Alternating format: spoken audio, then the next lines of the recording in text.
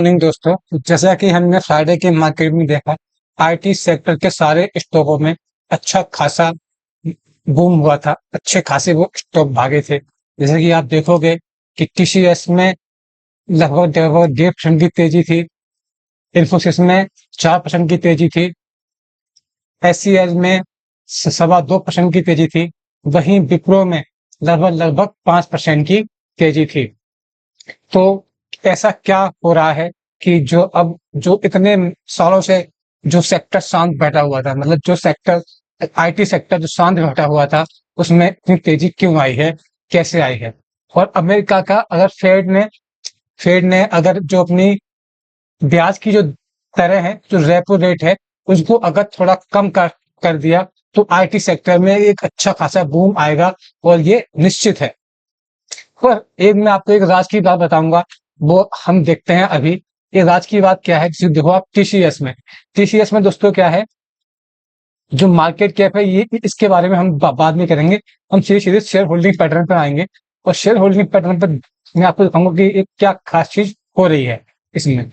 अब आप देखो यहाँ पर जो पब्लिक है, वो अपना शेयर होल्डिंग है वो कम कर रही है। देखोगे आज दिसंबर 2023 का है, और ये मार्च 2024 का है। यहाँ पे पब्लिक ने अपना कम किया है, जो रिटेल इन्वेस्टर है उन्होंने कम किया है। और वहीं अगर हम एफआईआईएस की बात करें, जो विदेशी इन्वेस्टर हैं, उन्होंने अपनी शेयर होल्डिंग को बढ़ाया है। और डीआईआई जो डोमेस्टिक इन्वेस्टर हैं, उन्होंने भी अपनी शेयर होल्डिंग को बढ़ाया है। यह बात हो गई किसकी? टीसीएस की। टीसीएस के बाद हम चलते हैं इन्फो पे देखते हैं।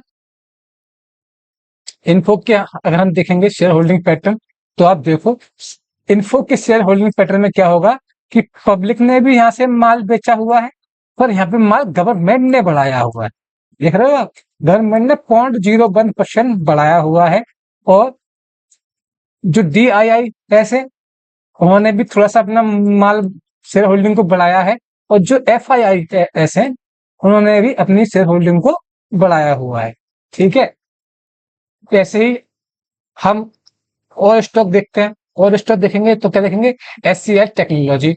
एससीएल टेक्नोलॉजी देखेंगे हम, इनका शेयर होल्डिंग पैटर्न।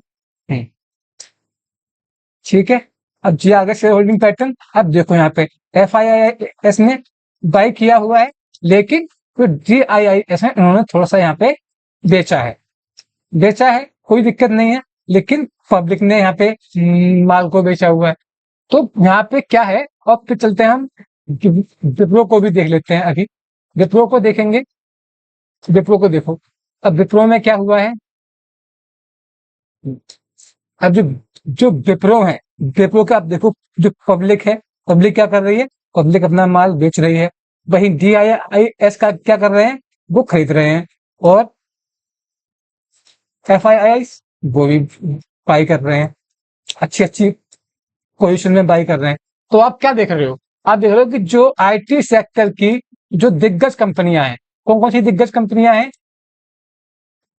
बताता हूं आपको। टीसीएस, यहाँ पे भी बाइंग हो रही है। इन्फोसिस में भी बाई हो रही है। एचसीएल में भी बाई हो रही है। और विप्रो में भी बाई हो रही है। तो क्या मतलब है कि अब शायद शायद क्या 95% अब आईटी सेक्टर में बूम आने वाला है।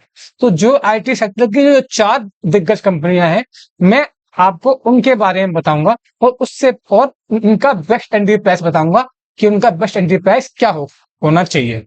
तो उससे पहले हम थोड़ा सा आईटी इंडेक्स है, निफ्टी आईटी, उसको देख लेते हैं। देखो दोस्तों, आईटी में क्या हुआ था, आप यहाँ देखोगे, इसने एक रैली दी यहाँ से लेके यहाँ तक इसने एक रैली दी। सॉरी सॉरी सॉरी सॉरी, इसने देखो आप यहाँ से एक रैली देने के बाद इसने एक फॉल आया। फॉल होने के बाद एक कुछ टाइम तक इस जोन में इसने टाइम स्पेंड किया, और 1 2 3, और फिर इसका एक ब्रेकआउट भी किया इस जोन से। ब्रेकआउट करने के बाद इसने ये सस्टेन नहीं कर पाया और फॉल हुआ, मतलब लोगों का एसएल हिट किया। तो एसएल हिट करने के बाद एक फिर से रैली दी, और ये अपने ऑल टाइम हाई पर पहुंचने वाला ही था। उससे पहले क्या हो गया? उससे पहले हो गया ये फिर से फॉल हो गया। अब ये इस जोन पर आ गया। तो हमें यहाँ पे एंट्री कर लेनी चाहिए थी, पर ना मैंने बताया होगा और ना आपने एंट्री की, तो कोई दिक्कत वाली बात नहीं है। अब आप क्या करें, आप इस जोन के ऊपर भी एंट्री कर सकते हैं, या फिर जब ये स्टॉक जब ये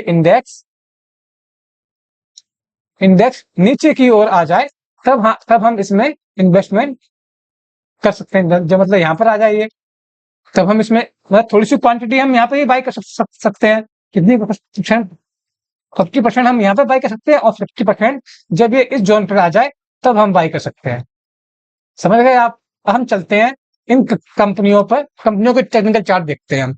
तो पहली जो कंपनी है वो टीसीएस है। टीसीएस को हम ऐसे कर लेंगे थोड़ा सा, और थोड़ा सा मैं इसको पहले मंथली टाइम फ्रेम पर लेके आता हूँ। मंथली के टाइम फ्रेम पर लाने के समय देखता हूँ, ये इसका ऑल टाइम हाई था। कौन सा ऑल टाइम हाई था? ये वाला। ठीक है, अब इसको हम वीकली पे लेके आते हैं।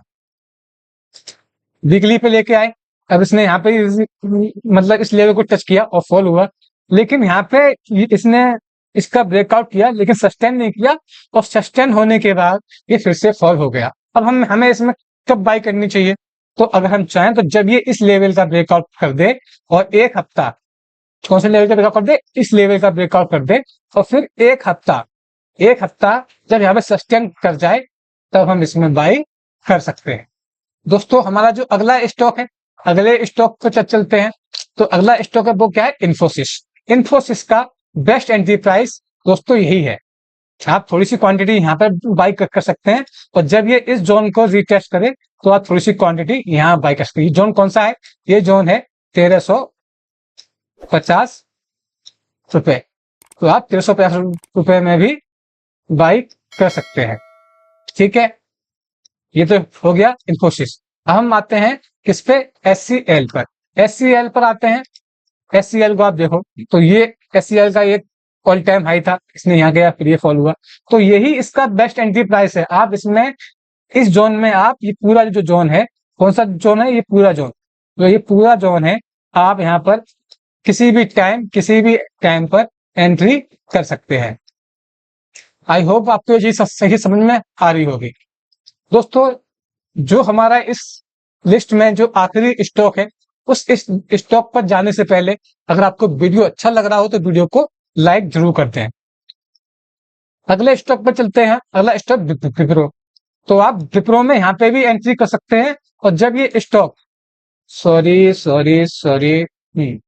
जब ये स्टॉक इस जोन पर आए, जो कि है 450 का लेवल, जब ये स्टॉक 450 के लेवल पर आए, तब हम इसमें बाई कर सकते हैं, और एक इसमें अच्छी खासी तेजी आने का हम सोच सकते हैं। कहां तक जाएगी ये तेजी? आप देखो ये तेजी कहां तक जाएगी।